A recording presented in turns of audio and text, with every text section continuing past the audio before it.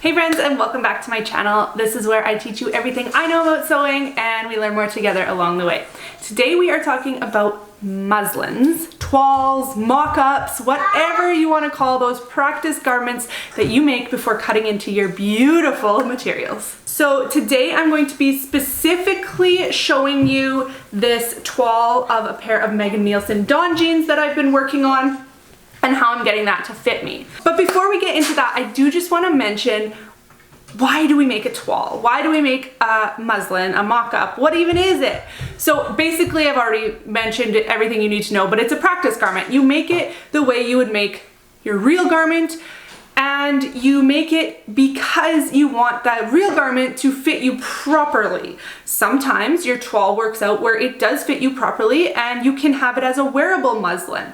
Sometimes you make it out of things like regular cotton muslin cloth and it's not really something that you would wear out. Maybe you've written on it.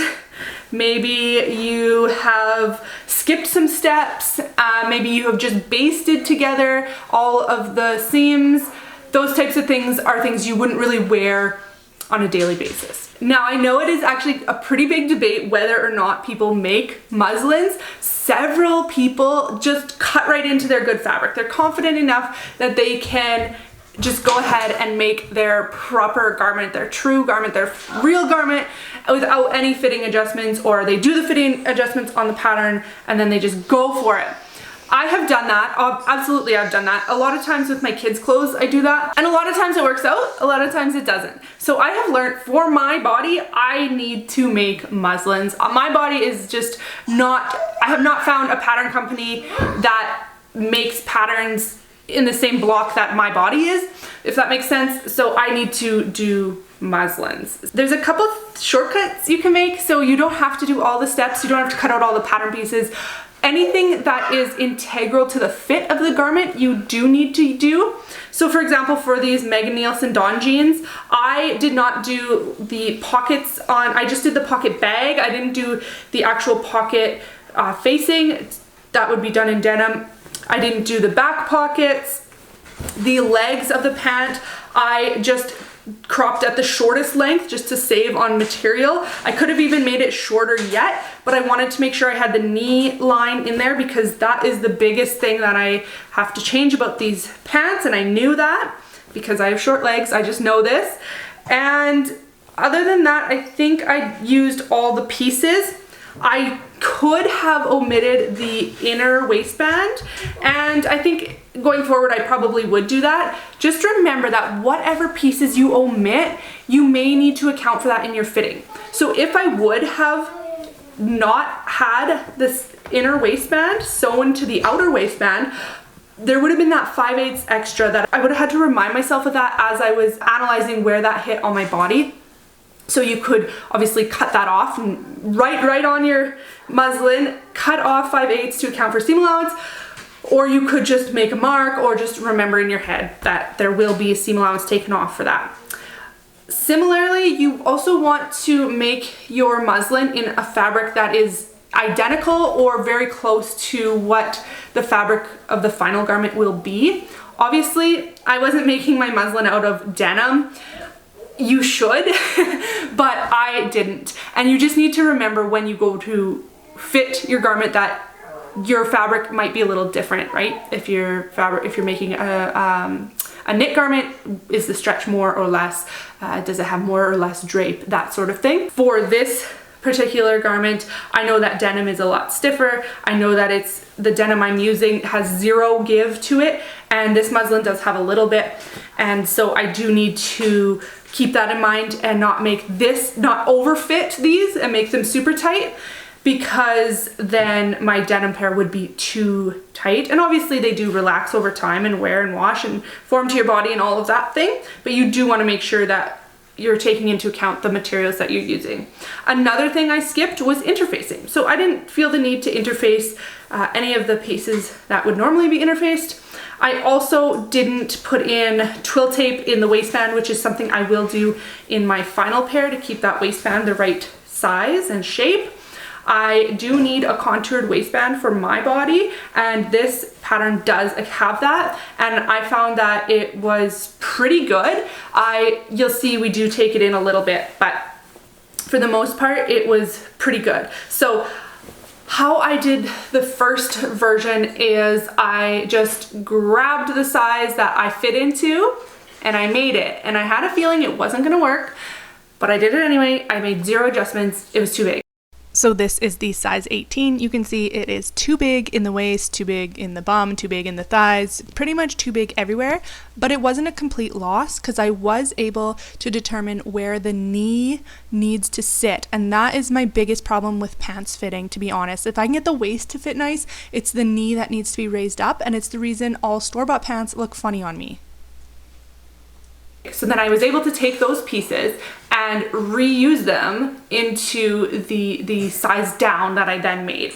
And so I started with 18. This is a size 16 and it's very, very close to fitting me. We're gonna get into, you know, the adjustments I made and all that. But that happens, right? You sometimes make a muslin and then it's like not even worth fitting. You might just wanna make a whole new muslin.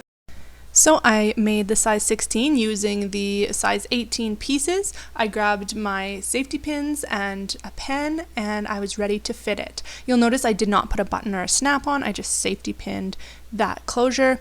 And then I was able to decide how much I needed to take out at the center back and the 2 side seams. I didn't want to mess with the center front just because of the fly and all that, and I figured since I was only taking out a small amount, I could get away with just taking it out of the other 3 spots.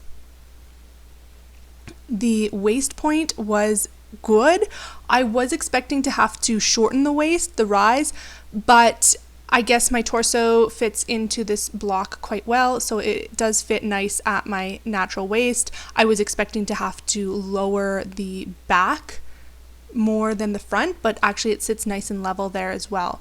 I like the way it fits on my legs and my hips, the shape of it and the room I have in the legs. This is the straight version and I really am happy with how the general shape is looking. I just end up taking it in a little bit at the waist and raising up that knee. You'll see here the pocket is what I'm showing. I have made a practice pair of these in shorts. You might remember a vintage house coat remake. And I have always disliked the way that the pocket facing sits. It just seems too small for me and it seems like the pocket's stretched too much. Now that pair is a little bit small on me, so maybe that's why. But I think I am going to redraft the pocket facing to be a little bit larger on the pocket bag so that the pocket bag doesn't peek out.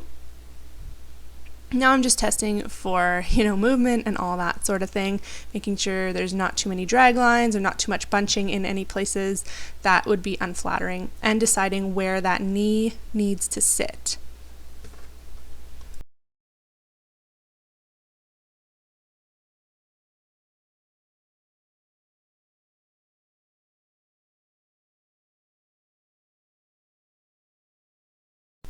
All right, now I'm trying them on inside out, and I'm able to now pin exactly where I want things to start and stop and be taken in and make all kinds of marks like that. So starting at the waistband, I'm going to take in the sides and then I will decide how far down I want that to be, and I'll end up kind of grading that, and I will show you that on the work table too so you can get a better idea.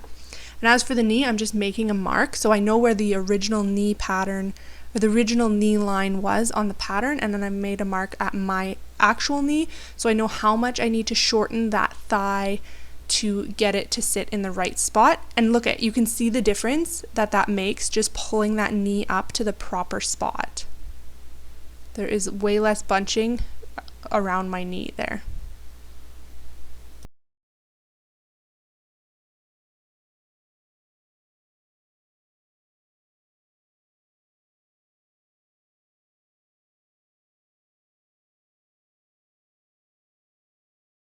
And because this is just a muslin, just a very rough draft, I'm not too worried about the waistband at this point because that will have to be either redrafted or made into a 2-piece waistband. So I'm just going to determine how much I need to take out and then kind of fit it and then decide what to do with the waistband later. And you're actually going to hear what I decide to do, which ends up being a lot simpler than what I was originally expecting.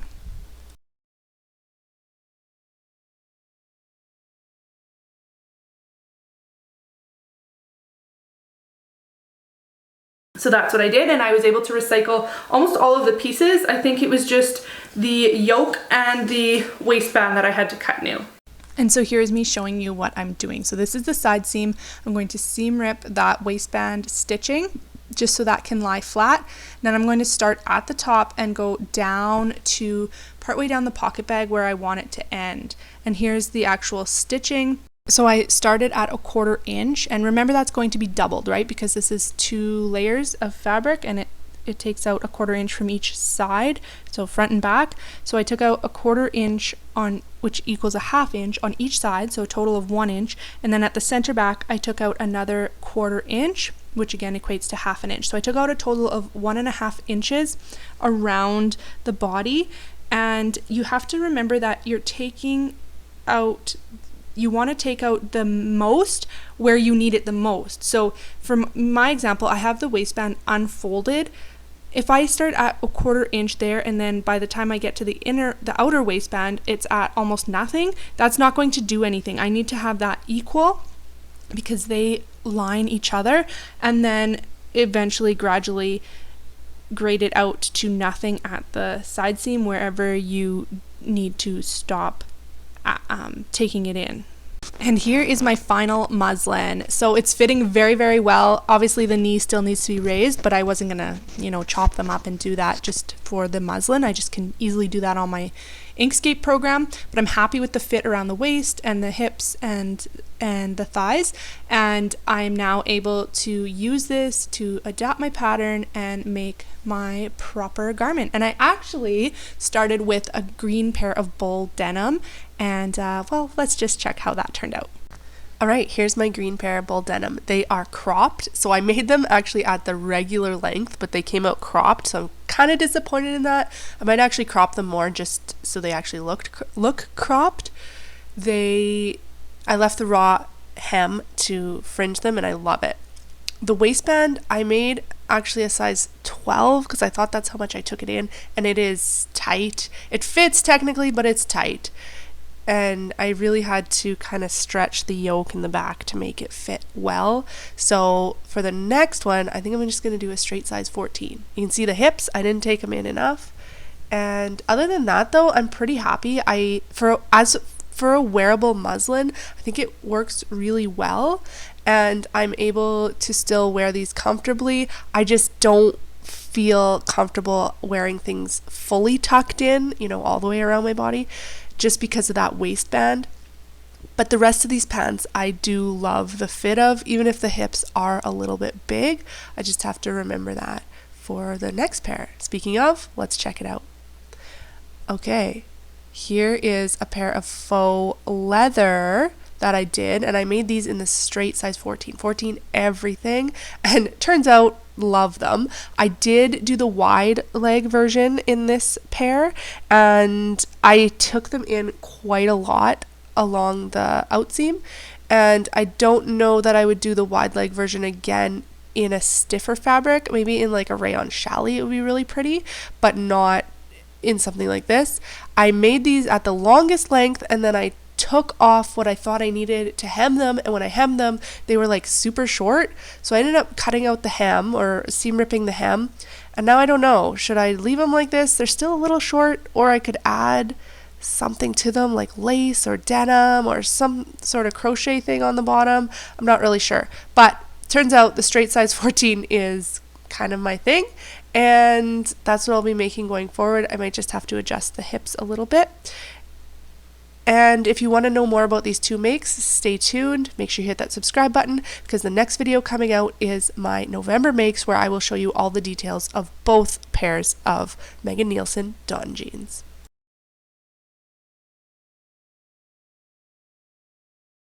So now that I have my muslin all figured out and the adjustments made, I can go and make those on my computer program, and then I can project that altered pattern onto my good fabric and get that made up. If this was a very important make, maybe a wedding dress or something very special like that, you might want to do another muslin in the same fabric, you know, buy extra fabric or something very similar. I'm just gonna go for it on the jeans because I'm pretty confident and this is a pretty easy sew and I think we can get it pretty good.